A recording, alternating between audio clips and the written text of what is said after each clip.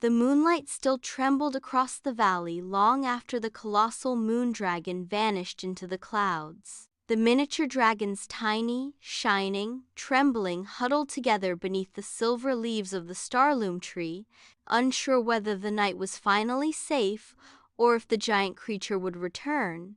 Pip the Leaf Dragon fluttered his tiny wings, each shaped like a curled elm leaf. "Gran," he whispered, nudging the small Granite Dragon who sat beside him like a warm pebble.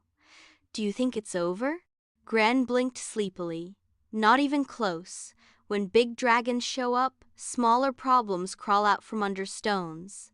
Pip shivered. Gran always had a way of sounding like a wise mountain older than time, even though he was hardly bigger than a cookie. The miniature dragons weren't alone. Emberline the copper spark dragon hovered above them, glowing softly like a firefly lantern. Tiny scales shimmered like polished coins. "We should head back to the village," Emberline said. "Moon energy lingers. It's not safe out here at night." But before they could fly, the ground beneath them trembled. Boom, boom, boom. Gran froze. "That's not the moon dragon," he whispered. "That's deeper." A cold wind brushed over the valley, carrying particles of glowing dust that drifted like pale embers. Pip caught one on his snout and sneezed it away. But the dust didn't fade. It twisted, curled, and formed tiny spiraling patterns on the ground. Emberline's wings brightened. "Those are root runes, ancient forest symbols." Suddenly, the valley shook harder. From below the earth came a sound, a whisper, a long, stretching, echoing whisper that seeped up from the soil itself. "We rise, we rise. Awaken the Deepwood." Pip clung to Gran. "The ground is talking." "No," Gran corrected with a rumble. "Something in the ground is talking." The runes spread out beneath them like veins of glowing green. Then the earth cracked open in front of them, not violently, but gently, like a blooming flower unfolding in slow motion. A deep emerald light pulsed from the fissure. Pip gasped. "Another dragon?" "Not just one," Emberline whispered. "A whole nest." Out of the glowing crack rose creatures. None of them had ever seen dragons, no larger than the tip of a finger, shaped of twisting vines, moss, and flower petals. Their eyes glowed like dew catching sunlight. "The root dragons," Gran breathed. "I thought they were legends." The newly awakened root dragons chirped softly, shaking off clumps of golden soil. One stepped forward, its body braided with tiny roots and specks of glowing pollen. It bowed. "We greet you, surfacekin," the root dragon hummed. "The Deepwood has awakened." "The moon dragon's arrival disturbed our slumber," Pip squeaked. "Are you friendly?" The root dragon bobbed its tiny head. "We are caretakers, not destroyers," Gran whispered to Pip. "That's what destroyers usually say right before." The ground rumbled again. The root dragon's glow flickered. "Something worse has awakened with us. Something we sealed away ages ago." Pip's wings curled like wilted leaves. "You sealed it away? What is it?" The root dragon hesitated before speaking. "A hollow dragon." Miniature dragons had many species: metal, wood, crystal, ember, clay, frost, wind, root, and each was born of natural elements. But hollow dragons were born from absence, from places where magic should be, but isn't. From void, from emptiness, from broken, forgotten energy. Emberline whispered, "A hollow dragon hasn't been seen in thousands of seasons." Gran frowned. "Why did the moon dragon come here? To warn us or to fight it?" The ground split wider. A wave of freezing air surged upward.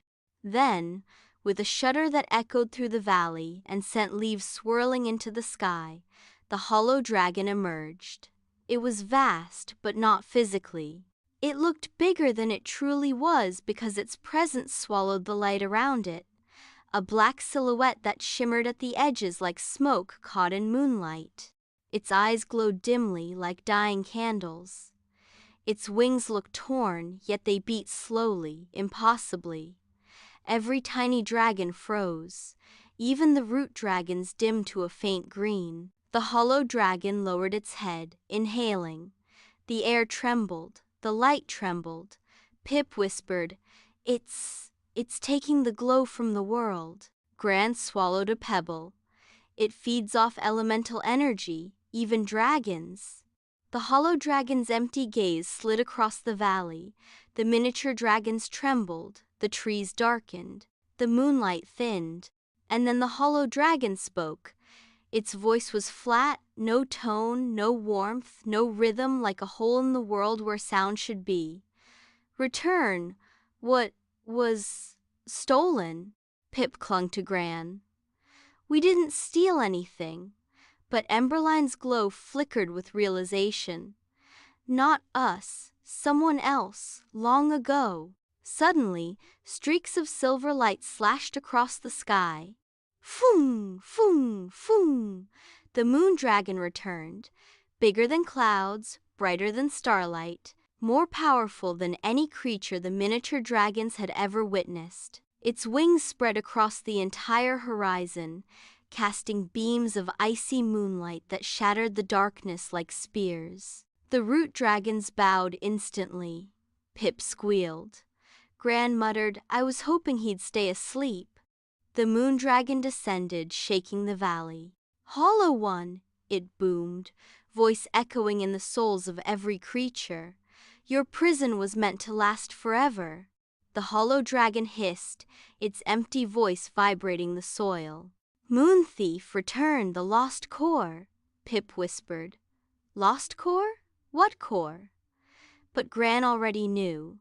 He pointed with a tiny stone claw toward the moon dragon's chest. Embedded deep within its glowing lunar scales was a small, black, pulsing fragment. Gran exhaled. "The moon dragon is holding part of the hollow dragon's heart." Emberline gasped. "He must have taken it ages ago, maybe, to weaken the hollow dragon so it couldn't destroy the realm." Pip trembled. "But if the hollow dragon doesn't get it back, will it take its strength from us instead?" As if answering, the hollow dragon turned toward the smaller dragons. Its breath chilled the air. The valley dimmed.